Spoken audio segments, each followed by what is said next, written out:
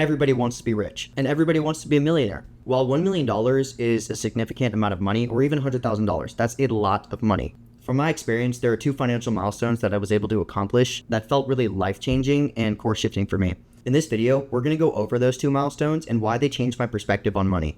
Real quick, if you can hit the like button for me, I would really appreciate that.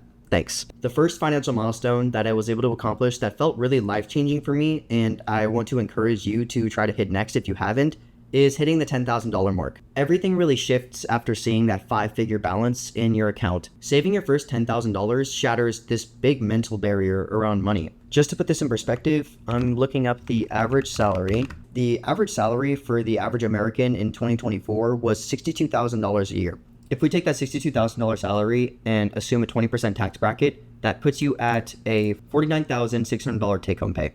You make $4,133.33 per month. If you wanted to save 20% of that, you'd be saving $826 a month.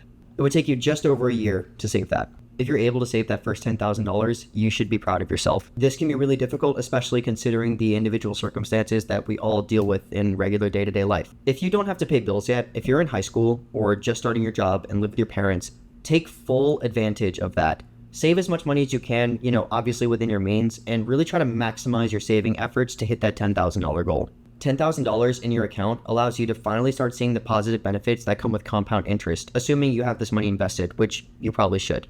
Your money starts to earn money for you. This is a really powerful feeling, and it's one of the keys to building long-term wealth. What I think is probably the most efficient is just speed running your way to 10K, making those necessary sacrifices, living off less than you make, and really just stacking away that money so that you can apply it towards your financial future. Being disciplined and consistent with your efforts not only increases your bank account, but your confidence and thinking around money as well. I know some people might be thinking, oh, 10K isn't that much money. And to be frank, you're right. But not for the reasons that you're thinking. Not because social media has programmed us to think that making life-changing amounts of money happens in unrealistic timeframes. No, it's simply because there's so much money being printed every day. There is so much more money than $10,000, right? The truth is that 27% of Americans have zero savings at all. So realistically, the average person is barely getting by, and to them, 10K is a lot of money. Another benefit of saving $10,000 is having that $10,000 as a cushion in case of any life's unexpected emergencies. Generally, surprise expenses are not going to exceed $10,000. The $10,000 acts as a cushion to allow you to not lose sleep over these things. At the end of the day, it's not about just having 10K. It's about what you do with it. Whether you're investing it in an individual brokerage account or your Roth, or using it to fund a side hustle, all of these are better alternatives than just putting your money in a savings account to make dust-sized increments of interest. Money is obviously used for necessities, but it can also be used as a tool to build more wealth for yourself in the future. You should make it your goal to try to wield that tool in your favor.